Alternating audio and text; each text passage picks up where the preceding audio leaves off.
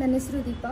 ನಾನು BCom complete ಮಾಡಿದ್ದೀನಿ. Complete ಆಗಿ 2 ಮಂತ್ಸಿಗೆ ನನಗೆ ಕೋಚಿಂಗ್ ಹೋಗಬೇಕು ಅಂತ ಅನ್ನಿಸ್ತು. ಆ್ಯಂಡ್ ನನಗೆ ಫಸ್ಟು ಧಾರವಾಡಲ್ಲಿ ಹೋಗಬೇಕು ಅಂತ ಅನ್ನಿಸ್ತು. ಆಮೇಲೆ ಕೆಲವೊಬ್ರು ಹೇಳೋದು ಧಾರವಾಡ ಬೇಡ, ತುಂಬ ಸ್ಟ್ರೆಂತ್ ಇರುತ್ತೆ, ಸೊ ಬ್ಯಾಂಗ್ಳೂರಲ್ಲಿ ಬೆಟರು, ತುಂಬ ಆಪ್ಷನ್ಸ್ ಇದ್ದಾವೆ ಮತ್ತು ಚೆನ್ನಾಗಿ ಹೇಳ್ಕೊಡ್ತಾರೆ ಅಂತ.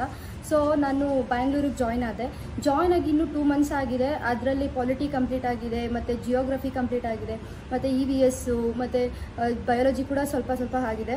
ಸೊ ನನಗೆ ಓವರ್ ಆಲ್ ಎಕ್ಸ್ಪೀರಿಯನ್ಸ್ ಬಂದು 2 ಮಂತ್ಸಲ್ಲೇ ನಾನು ಇಷ್ಟು ಕಲ್ತಿದ್ದೀನಿ ಅಂತಂದರೆ I can crack any exams ಅಂತ ಒಂದು 50% ಹೋಪ್ಸ್ ನನಗೆ ಬಂದಿದೆ ಇವಾಗಲೇ.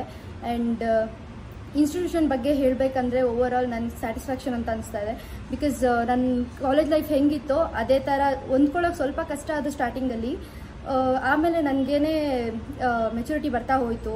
ನನಗೆ ಹೆಂಗೆ ಹೊಂದ್ಕೊಬೇಕು ಅಥವಾ ಯಾವ ಥರ ಸಿಲೆಬಸ್ ಆಗ್ತಾಯಿದೆ, ನಾನು ಯಾವ ಥರ ಕವರ್ ಅಪ್ ಮಾಡಬೇಕು ಅಂತ ಅನ್ನಿಸ್ತು. ಆ್ಯಂಡ್ ಫ್ಯಾಕಲ್ಟೀಸ್ ಬಗ್ಗೆ ನೆಕ್ಸ್ಟ್ ಮಾತು ಹೇಳೋದೇ ಬೇಡ, ಅವರೆಲ್ಲರೂ ವೆಲ್ ವರ್ಸ್ಡ್ ಅಂತ ಹೇಳ್ಬೋದು. So thank you.